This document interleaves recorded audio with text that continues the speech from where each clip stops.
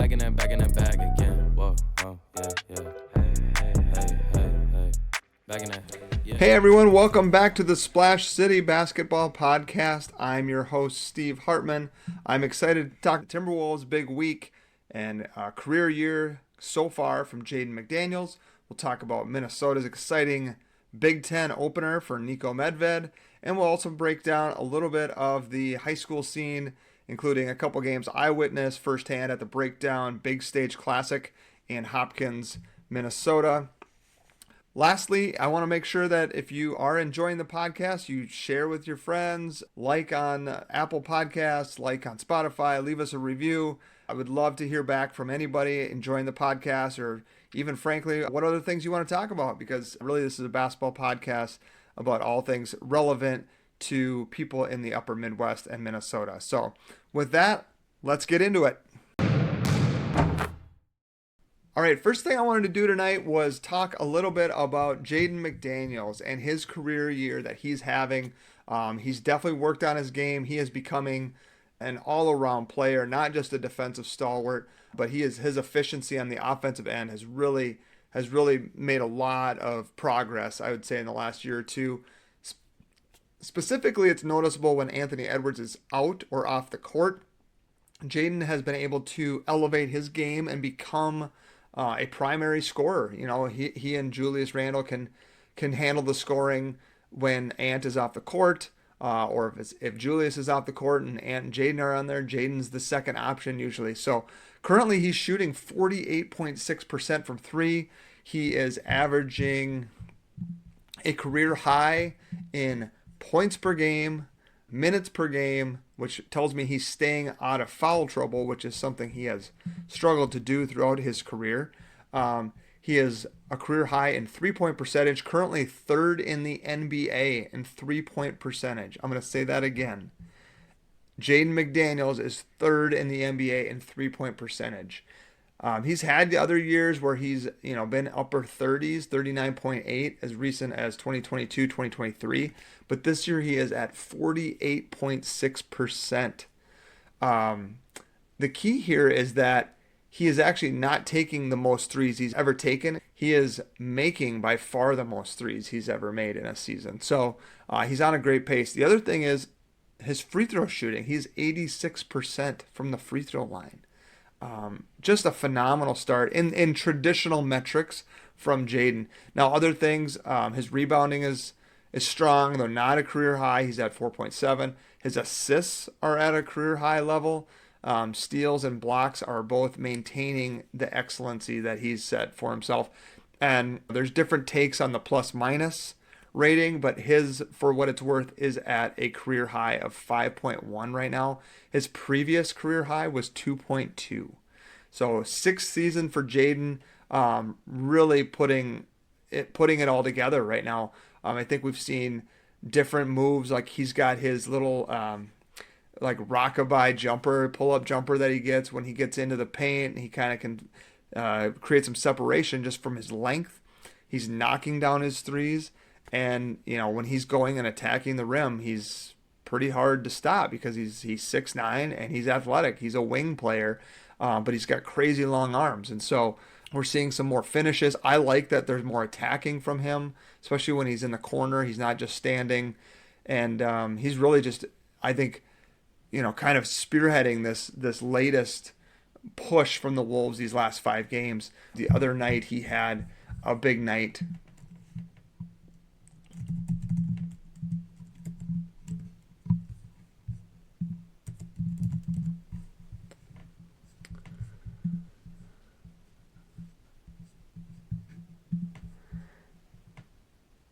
Against the Clippers, he goes for 27 points. And, that's just key when Ant was not on his game. Ant had 15, didn't shoot it well, and Jaden's there to pick up the slack. So Jaden and Julius combined for 51 of the team's 109. And that's just, a huge trend for the Timberwolves to be going in the right direction, to have that second score. And I think that's where, I question the front office's lack of moves, I guess, this offseason. And their hope was that the guys continued to develop. And I think so far they're probably being proven right, at least on Jaden's front. probably on Nas. Nas had another really strong game of 19 and 9 off the bench. The other guys, Terrence Shannon, Jalen Clark, we're still kind of waiting for some more consistency probably from them. I, of course, love Jalen Clark playing more minutes. He got 16 minutes on Saturday, and that also helps their perimeter defense a lot. So I think just overall, I don't know if people thought 3-4 years ago that Jaden would be able to score the way he is and how as efficient as he is. There were signs, there were moments, but really his offensive game has elevated to another level. I'm hoping that throughout the course of a season, Anthony Edwards, Dante, and Jalen Clark can take maybe some of that defensive pressure off of Jaden and let him be more of a roamer, shot blocker, rebounder. I'd love to see the Wolves put him more at like a small ball 4 and be just super feisty on the perimeter and let Jaden and maybe Rudy or maybe it's Nas just kind of roam in the back and play a little different style. But for right now, you got to be really, really thrilled with how Jaden McDaniels has developed. On that front, so more Timberwolves talk. That's 5 in a row now. Last night it looked dicey. They had an 18-point deficit at one point. Nas hits a big 3 late, and they win against the Clippers.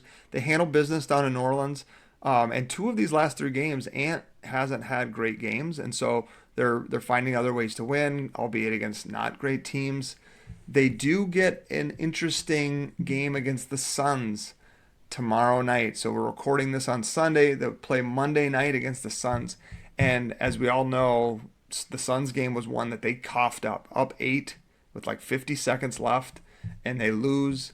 And so the Suns are playing well. Phoenix just beat the Lakers last Monday before losing to the Rockets on Friday. But that's one of those winning teams, a team that is in the playoff hunt around the Timberwolves. Where they're going to be, right in that 4th, probably to 8th range in the West. And it's a big game because, they really coughed that one up last week against the Suns. And I think they need to come out, play well. Hopefully Ant has a bounce back game. He just hasn't, found it the last couple of games. But as we know, he's can often be a big time performer when the stakes are the highest. He should be playing his best, hopefully. And we'll see how the Wolves handle that. The Pelicans games, they're always tough, right? Like you're on a back-to-back in the same town. It's easy to get complacent. And actually, the second game of that, they looked better. They had to go to overtime and beat them the first time.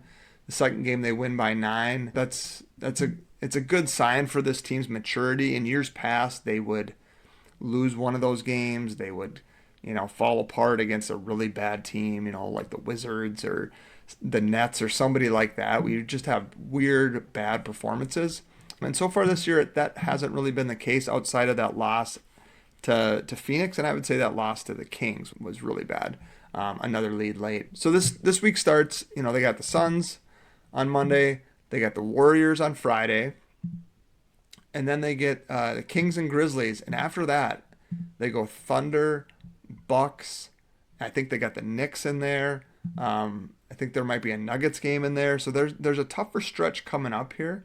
And I think, the Wolves, having won 5 in a row, hopefully are feeling better about themselves.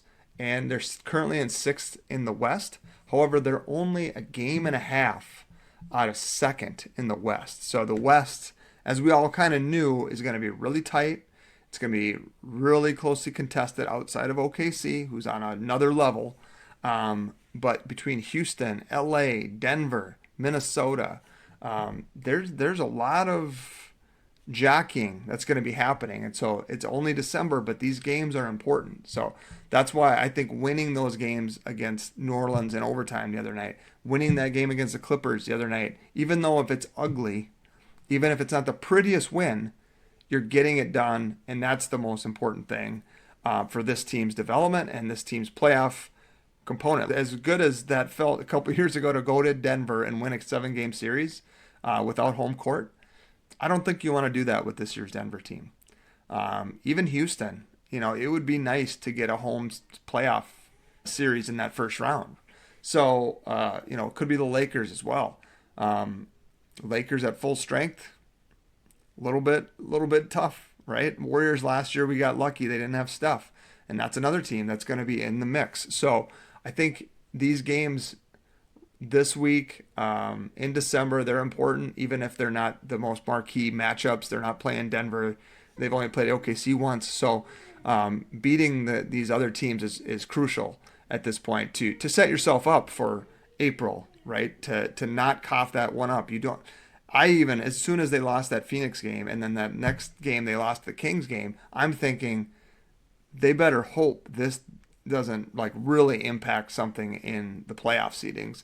If you're if you're 5 versus 4 and you don't have home court and you're playing against the Lakers, like that could mean something. And again, a 5-game winning streak, 2 decent teams at the front end with the Celtics and Spurs, couple games against the Pelicans, Clippers.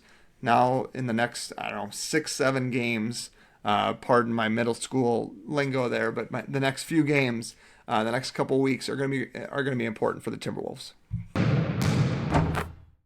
All right, now let's switch over to college. I wanted to call out a couple specific games this week. Just very, I would say, surprising to me and how they went down. So first of all, I want to start with the Gophers. They are on a 3-game losing streak. They have lost 3 of their top 7 or 8 players.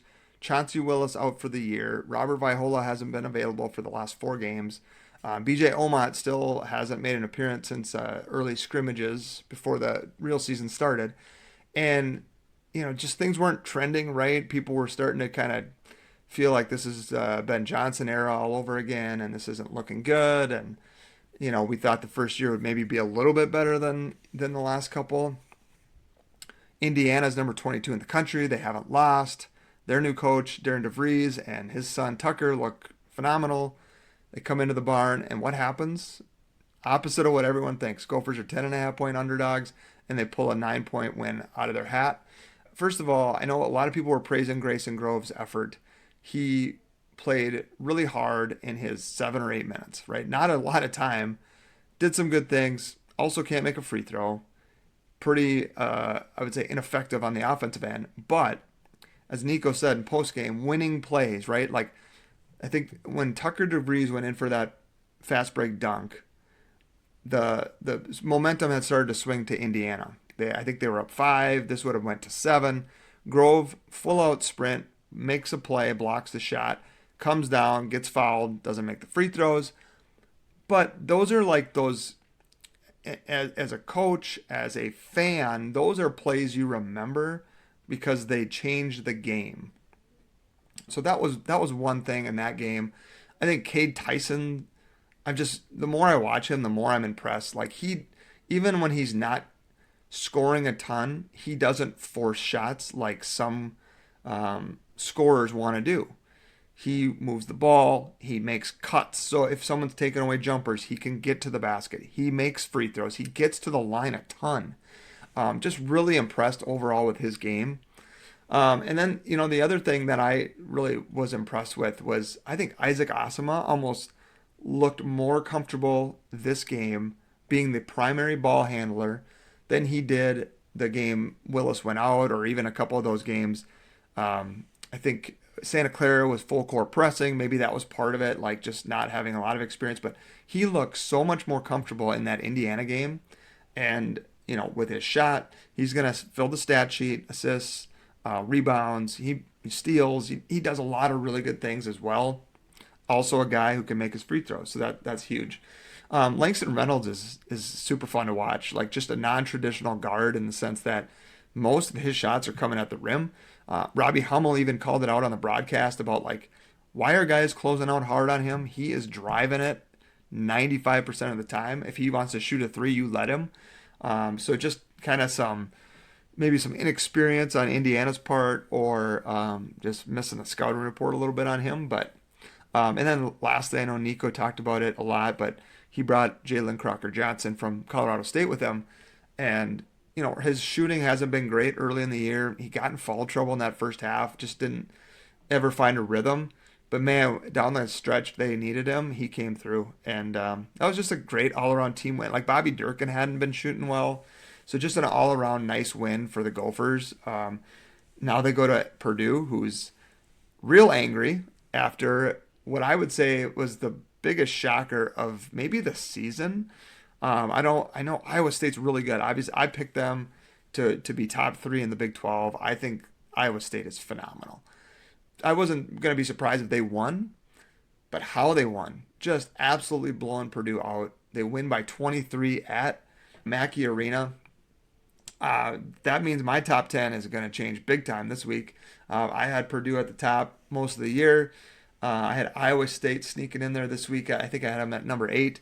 They're going to shoot up because that was just really impressive. Now, a couple things I did notice. Purdue didn't shoot it well at all. They were like 2 of 14 from 3 or something like that. And I don't think that's the norm for them. They were also 6 of 14 at the free throw line. So they just, I think, had a bad game. I'm not overly concerned with Purdue in general.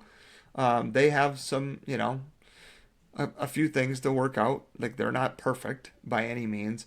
But I also don't think this knocks them out of Big Ten contention. I don't think it knocks them out of national title contention. But I do think, if anything, it puts people on alert to Iowa State. Like, they're really good. If Taman Lipsey and Joshua Jefferson stay healthy, they're going to be, I wouldn't be shocked if it's them in Houston in the final week to win the Big 12. Another game I watched that was really exciting, really fun game, kind of a defensive battle. It felt like an old school college basketball game, was the Duke at Michigan State game. Both teams were undefeated, and Duke wins 66-60. I was curious to see how Cam Boozer would do. I know he played really well against Florida's front line, which is more talented and athletic than Michigan State's. But Michigan State's guys like Carson Cooper and Jackson Kohler are just kind of crafty, and they just like feel like they would be the guys that would bother Boozer. And Boozer didn't have a great first half. He comes out in the second half, and I've seen him do this a couple times now this year, is he won't be held in check for the whole game very often, if at all this year. It takes him, maybe it'll take him a minute. I think John Shire made some really interesting adjustments. They did some isolation. I think the other thing that's interesting about Duke this year, and you might see the bobblehead here and the poster of Tyus Jones. I'm kind of a Duke fan, but last year it drove me nuts that Cooper Flagg was always the guy at the end of games, and I think it hurt them. I think it put too much pressure on him, and it hurt their ability to make reads and plays. You saw in big moments, Flagg struggled a few times, turnovers or missed shot against Houston, and they had Con Knippel right next to him. I think this year, what I've seen a couple times is that Duke will defer. They'll get Boozer in the play and let him make the decision, and he is making the right decision against Florida. He passes to Isaiah Evans to hit the game-winning 3. And in this game down the stretch, you see other guys making plays, playing off of Boozer. He is a gravitational force. And, when you do that, you have to make the other guys better. So really excited about that. Same with the Purdue game. I don't know that I'm overly concerned about Michigan State. Jeremy Fears is phenomenal.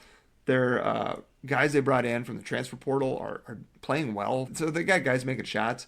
Kohler played really well. I think Michigan State maybe in that next tier behind Purdue and Michigan, but I wouldn't be shocked to see Michigan State right in with those two at the top of the Big Ten come early March. Those were the big games. I mean, there's plenty more to talk about in college hoops. St. Thomas went 1-1 in the Big Sky Summit League Challenge. They won today, Sunday, at home against Weber State comfortably. And, I think they got the big rivalry with the Johnnies coming back on campus at St. Thomas. So St. John's at St. Thomas later this week. That should be fun.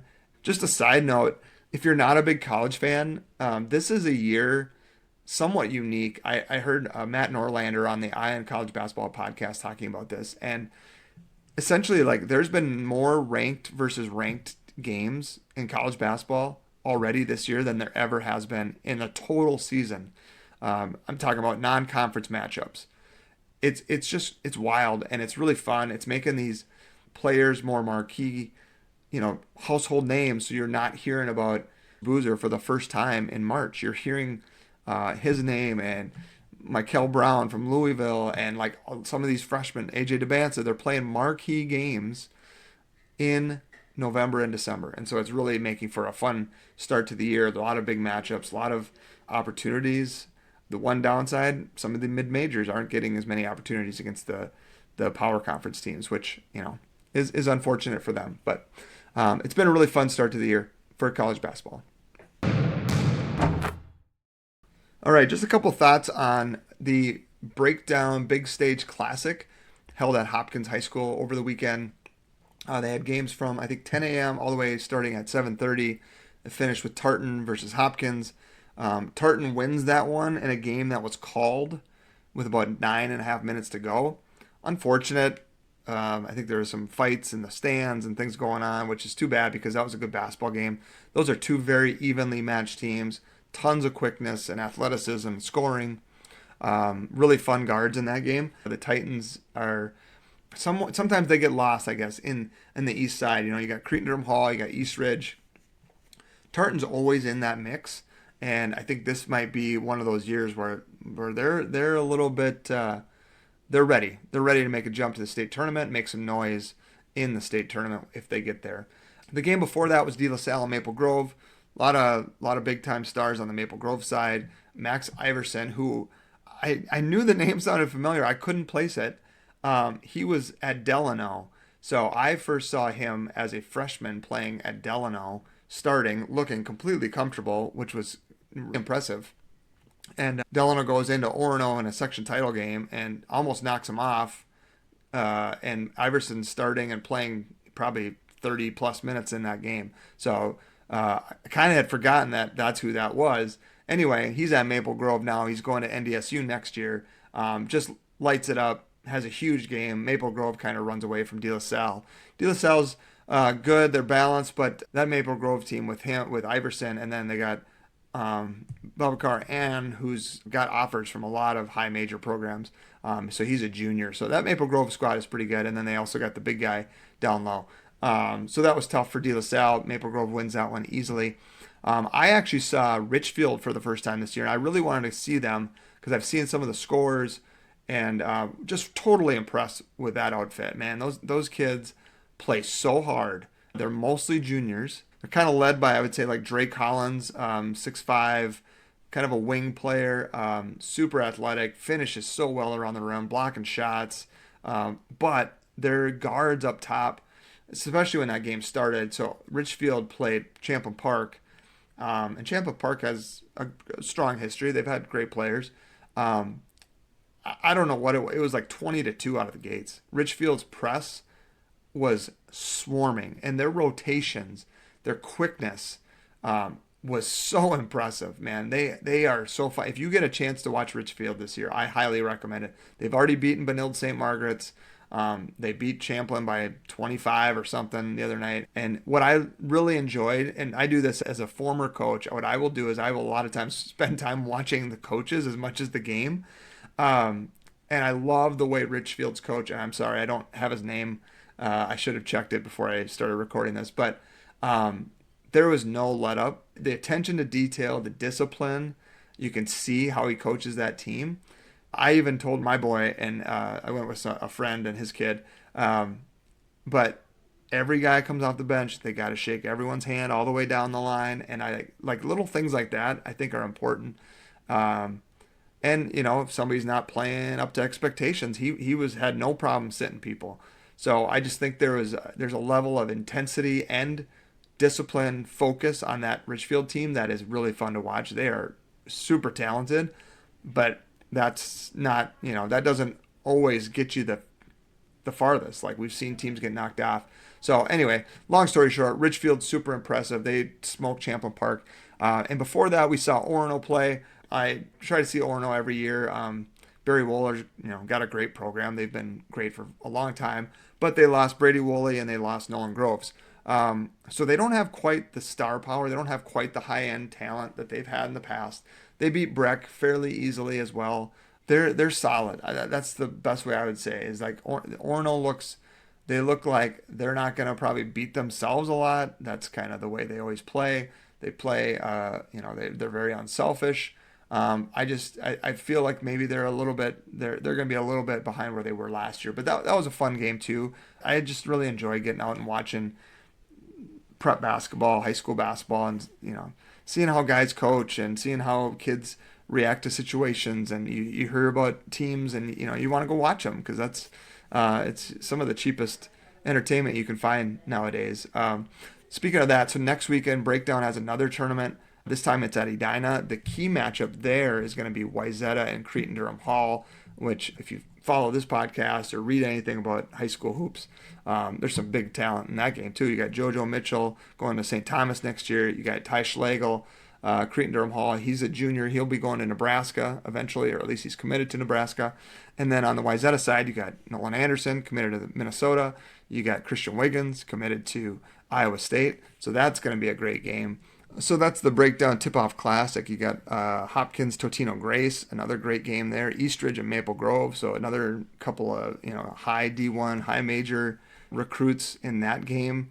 If you get there early enough, 11 a.m., you got St. Paul Johnson against Mankato East, two of the top teams in 3A. That should be a really fun one. And then the night ends with Bram and Hills Beaver Creek, the small schools, getting some love. Hills Beaver Creek coming off a state football championship. So that'll be a good one. So they got a couple gyms going next Saturday, the 13th, at the Boys Basketball Tip-Off Classic at Edina. So check that out if you are free next Saturday. All right, so that's the show. Thanks for listening. I want to give a special shout out, Joe McCafferty. Appreciate you listening and appreciate you coming to the Breakdown Classic with me this weekend. That was a good time watching some high school hoops. Minnesota's got some easier games coming up. St. Thomas playing a D3 team in St. John's. And so there's kind of a lull here in that regard. NBA's got the NBA Cup tournament kicking off. I believe it starts this week. And then, so there's a lot more prep, I would say high school basketball going on right now. So we'll keep talking about that. We'll keep hitting on that every week we can. I know my buddy Matt Askegard up in Barnesville, his team got their first win of the year, so they're 1-0. So I'm going to make sure to get him on here in the next few weeks too. If you missed the last episode, though, I also highly recommend listening to that. I had Jay Schwartz from East Metro Wave AAU basketball on, just giving a lot of good information on AAU and parent and player advice and training and things that have changed, things that work for him in his program. So really enjoyed that conversation as well. But again, thanks a lot for listening. Appreciate you coming back to the podcast. If this is your first time, stick around. Let me know what you think. And follow us on Instagram and YouTube and Facebook. And, of course, wherever you get your podcasts. All right, I'm out. This has been the Splash City Basketball Podcast. Back in that